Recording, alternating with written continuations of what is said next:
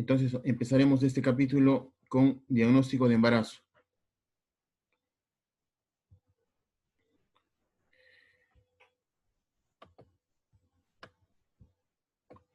Hablar de embarazo, pues hablamos de una etapa de la vida reproductiva en el cual la mujer se encuentra gestando un nuevo ser, un nuevo producto, el cual tiene tres etapas muy bien diferenciadas, que es la etapa de cigoto, la cual comprende las primeras 4 semanas, luego viene la etapa embrionaria desde la quinta a la octava y la etapa fetal a partir de la 9ª semana.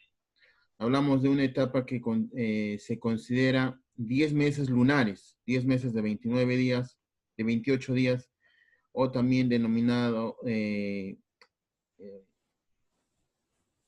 280 días o 40 semanas completas. Hablar del diagnóstico de embarazo es muy importante desde el punto de vista médico-legal, ya que para poder acreditar el delito de aborto es necesario poder primero establecer que realmente esta mujer estaba gestando. Y cuando hablamos de que estaba gestando, tiene que incluso establecerse de que el embarazo es un embarazo viable. Por ejemplo, si es que alguien intenta hacer abortar a una mujer y se determina de que era un embarazo molar, no podría constituirse el delito de aborto, porque no era un embarazo viable. Entonces, ahí la importancia de saber diagnosticar el embarazo y que los únicos elementos válidos para el diagnóstico son los que nos dan signos de certeza. Los signos de presunción o de probabilidad solo nos indican eso, pero para poder realmente establecer el diagnóstico y poder acreditar posteriormente un posible delito de aborto, tentativa de aborto, necesitamos establecer el embarazo viable.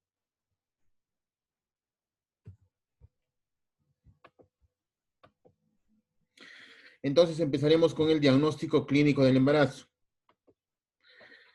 Hablar del diagnóstico clínico, pues, del embarazo implica establecer de que el embarazo ocasiona la aparición de signos y síntomas para su diagnóstico, los cuales están basados en que la menstruación y la ovulación están suprimidos. La presencia de este producto genera modificaciones generales en el organismo materno, modificaciones en todo el organismo materno, por eso habla de modificaciones generales, mientras que produce el desarrollo de este producto modificaciones locales a nivel del útero y las mamas.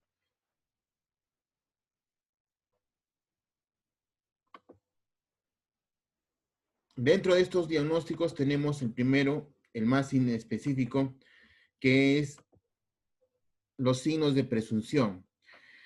Signos que no se presentan a nivel genital, sino que son signos a nivel de los aparatos sistemas maternos, signos muy inconstantes, que en muchas mujeres están muy atenuados, que muchas mujeres incluso están ausentes, y que no son pues indicativos específicamente de un embarazo, como náuseas, vómitos que pueden presentarse en cualquier patología, igual como perturbaciones de los sentidos, modificaciones del carácter, y así un montón de síntomas que no son específicos del embarazo.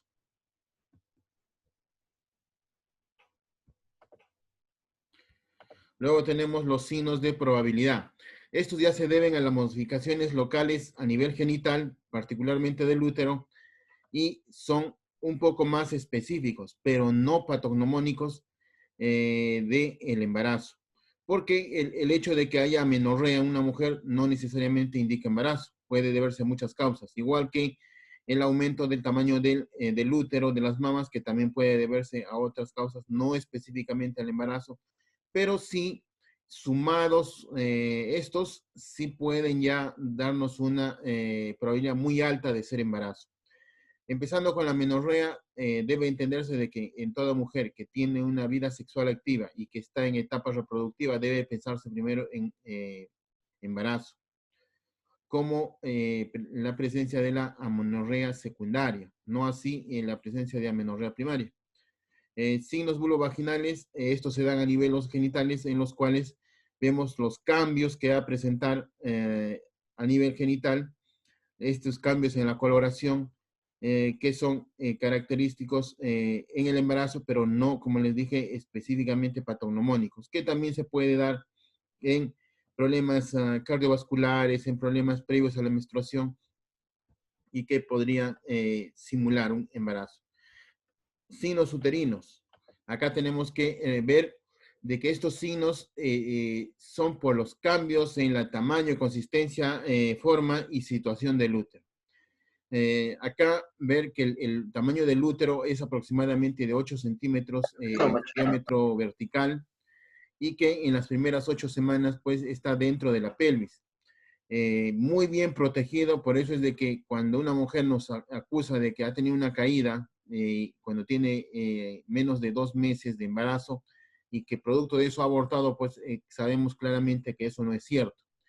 La pelvis protege el embarazo en los primeros 2 meses muy bien con la pelvis ósea. Entre las 12 a 13 semanas el útero ya llega a sobresalir la pelvis y puede ser palpado por encima de la sínfisis púbica a nivel abdominal. A las 18 semanas ya alcanza ya el pubis, la mitad entre el pubis y el ombligo. A las 22 semanas al ombligo, a las 30 alcanza la mitad entre el ombligo y el apéndice sifoides, y a los 37 pues puede alcanzar ya el apéndice sifoides. Posteriormente a eso incluso desciende, disminuye el tamaño por el encajamiento que tiene el producto dentro de la pelvis, ya preparándose para lo que es el parto. En los cambios de la posición, usualmente sabemos de que es ligeramente triangular y aplanado, y que esto a las 8 semanas se va haciendo piriforme. Posteriormente esférico, a las 13 ya se hace globuloso y pasado los 18 se hace ovoide. Ovoide y permanece de esta forma alargándose progresivamente. La consistencia se reblandece, usualmente es un músculo bastante sólido en el cuerpo uterino, pero va reblandeciéndose progresivamente y es fácilmente palpable el istmo incluso a las 8 semanas, con lo cual tiene incluso un nombre específico a nivel obstétrico. Los cambios del útero, usualmente por el aumento del tamaño, esa anteflexión se puede incrementar progresivamente presionando la vejiga y esto ocasionando las molestias urinarias que tienen las gestantes. Pero cuando el útero ya progresivamente aumenta de tamaño, ya eso disminuye ya por el tamaño del útero.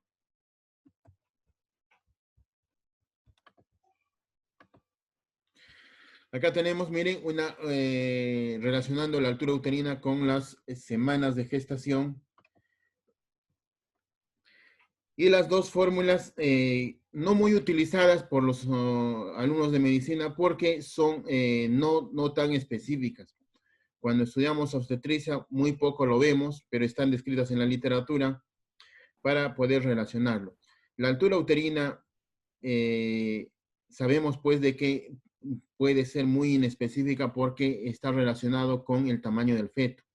Y si tenemos un feto que puede tener RCIU, podemos tener esta alteración y no confundirnos. Podemos tener un embarazo gemelar, podemos tener embarazo molar, podemos tener un caso de error de regla, situaciones en las cuales la altura uterina nos puede dar una falsa edad gestacional. El problema es de que en la mayoría de casos que nosotros vemos desde el punto de vista legal, médico legal, estamos ante un embarazo que la víctima muchas veces no sabía que estaba gestando o estaba ocultando este estado y no lleva controles de su embarazo. Cuando se descubre el embarazo, entonces muchas veces está bastante avanzado. Entonces acá entran estas dos fórmulas que nos pueden ayudar a establecer aproximadamente qué edad gestacional tiene. El método de McDonald, que es utilizar la altura uterina por 8 y dividirlo entre 7, nos da un aproximado de las semanas que tiene de gestación. Y el método de Alfred es utilizando la altura uterina más 4, entre 4, y nos da aproximadamente meses. Este es pues el más inespecífico porque desde que estudiamos obstetricia sabemos de que hablar de meses es demasiado grande, ¿no? Son 30 días. En 30 días el tamaño fetal cambia demasiado y entonces no es el que más nos serviría. El de McDonald está descrito en las literaturas, pero acá les dejo el otro también método que podemos utilizarlo.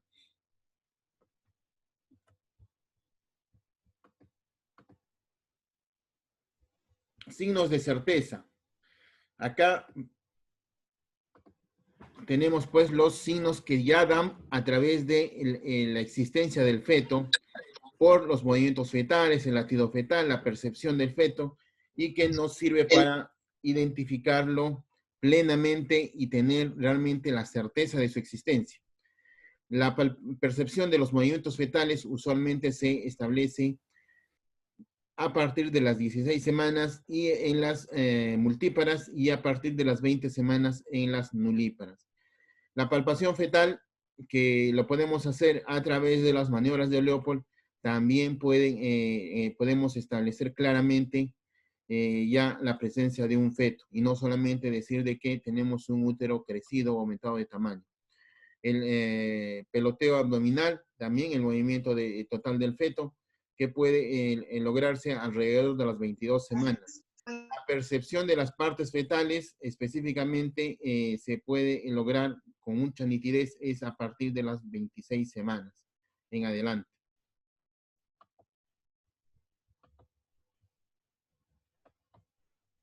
Acá tenemos las 4 maniobras que deben ustedes conocerlos, para qué sirven y qué es lo que evaluamos con cada una de ellas. Justo ahora están ustedes estudiando obstetricia, así es que no voy a detenerme en explicar cada uno de estos. Vamos a ir directamente a los diagnósticos por medios auxiliares. Diagnóstico del embarazo por medios auxiliares.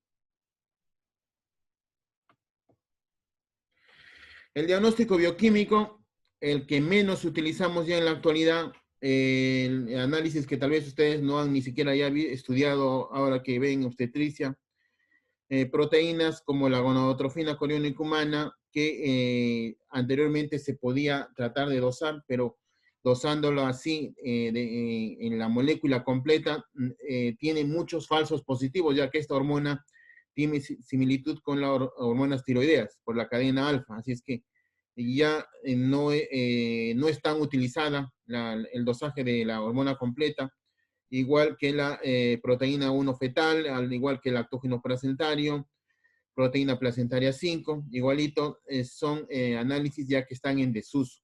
Acá les dejo los datos como referencia histórica más que todo. Luego tenemos ya en utilidad mayor está el diagnóstico citológico. Acá tenemos pues la búsqueda de estas células patognomónicas llamadas células naviculares, las cuales nos pueden indicar la presencia de un estado gestacional. También no muy utilizado porque hay análisis mucho más específicos en la actualidad. El diagnóstico radiológico en la actualidad ya en desuso, pero útil si es que establecemos que el feto ya está orbitado y queremos documentar claramente su presencia. Entonces podemos tener esta imagen radiológica que puede acreditar plenamente pues su presencia, cómo ha estado, porque el producto una vez orbitado se va a ir deteriorando, va a ir licuándose. Entonces queremos obtener hasta que se decida su vía de expulsión, porque un óbito no nace, un óbito solamente ya se expulsa. Entonces una radiografía nos puede servir. Como diagnóstico de embarazo ya en la actualidad no está siendo utilizado porque tenemos métodos menos lesivos para el producto que como la ecografía, y ya no necesariamente utilizar la radiografía, porque si es utilizado antes de las 16 semanas es claramente ocasiona malformaciones fetales. Luego tenemos el diagnóstico anatomopatológico, en el cual se puede hacer pequeños curetajes para hacer búsqueda de endometrio decidual, endometrio gestacional, también denominado. Esto se puede hacer a nivel del cuello uterino cuando queremos diagnosticar plenamente por dudas de que se puede tener o no se puede esperar hasta una etapa más avanzada del embarazo.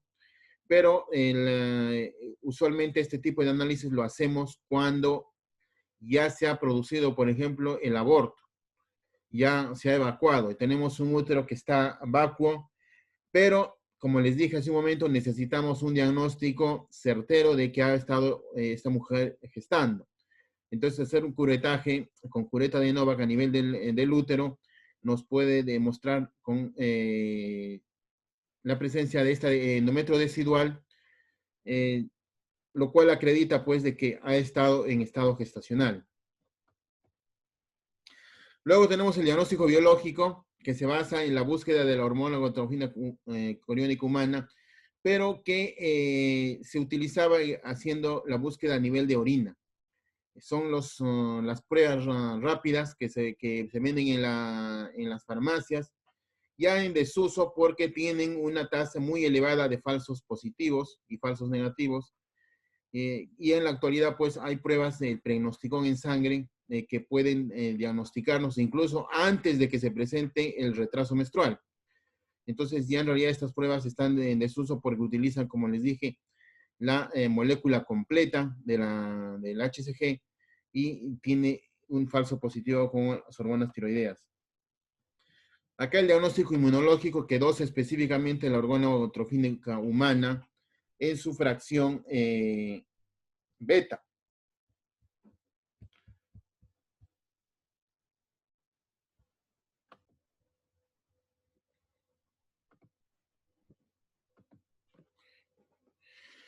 Entonces, como les decía hace un momento, la gonadotrofina, el fragmento beta, podemos diagnosticarlo tan precoz como a los 7 días de gestación, lo que significa de que todavía esta mujer no habría tenido un retraso menstrual.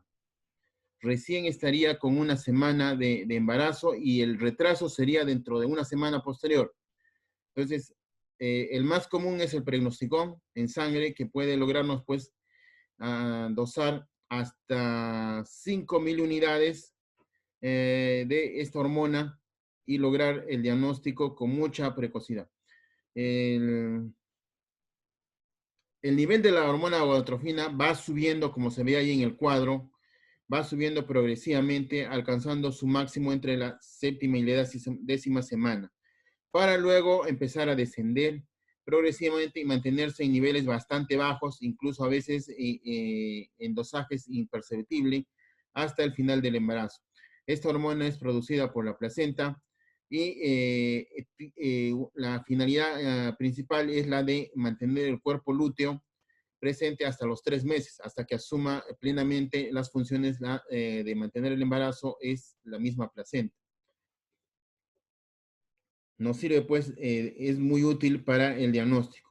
Ustedes seguramente lo han estudiado igualito para el diagnóstico en embarazo ectópico porque el nivel de crecimiento de esta hormona se va duplicando cada 3 días de forma normal al inicio del embarazo y eso nos sirve para diagnosticar un ectópico en el cual el crecimiento de este nivel no es el mismo.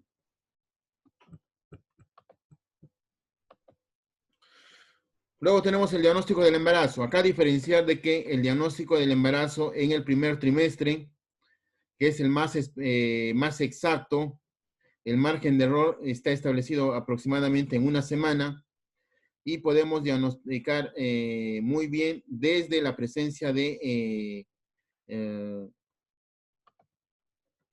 saco gestacional, la presencia de botón embrionario y la presencia ya de latido cardíaco a nivel transvaginal a la cuarta, quinta y sexta semana.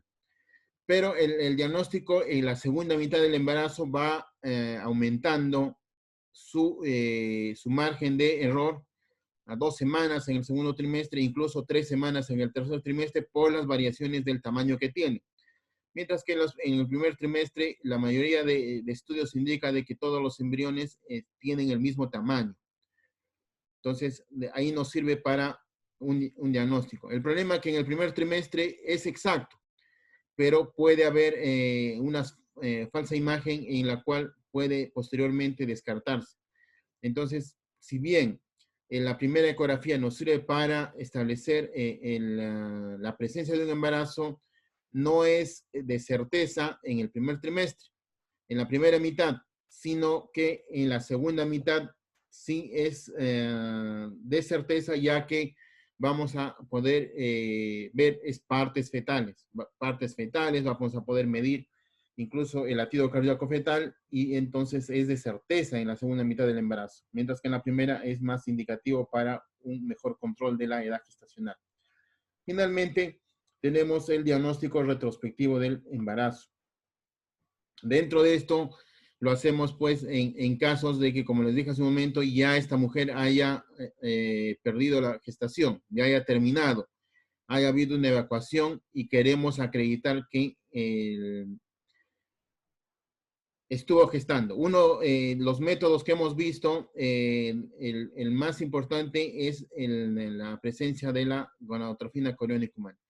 Pero como les decía, depende del trimestre en el cual ha sido evacuado, podemos encontrar la presencia. Usualmente, si es que ha sido evacuado esta gestación en el tercer trimestre, los valores han sido tan bajos que es poco probable encontrarlo. Ahí entra a tallar el diagnóstico del anátomo-patológico con las búsquedas del endometrio decidual o el llamado fenómeno de Arias Estela, células en fenómeno de Arias Estela. La gonadotrofina en los primeros trimestres sí tiene niveles más altos y podemos encontrar, por ejemplo, si ha sido evacuado en el primer trimestre hasta los 37 días posterior a su evacuación y en el segundo trimestre pues, hasta los 27 días después de su evacuación. ¿Cómo diagnosticamos en caso de que no tengamos esto positivo? Lo vamos a ver en el diagnóstico de aborto ya como tema específico en la semana que viene.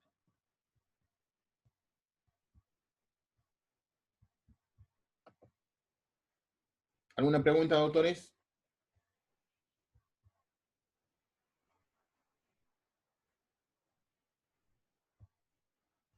No, doctor. Doctor.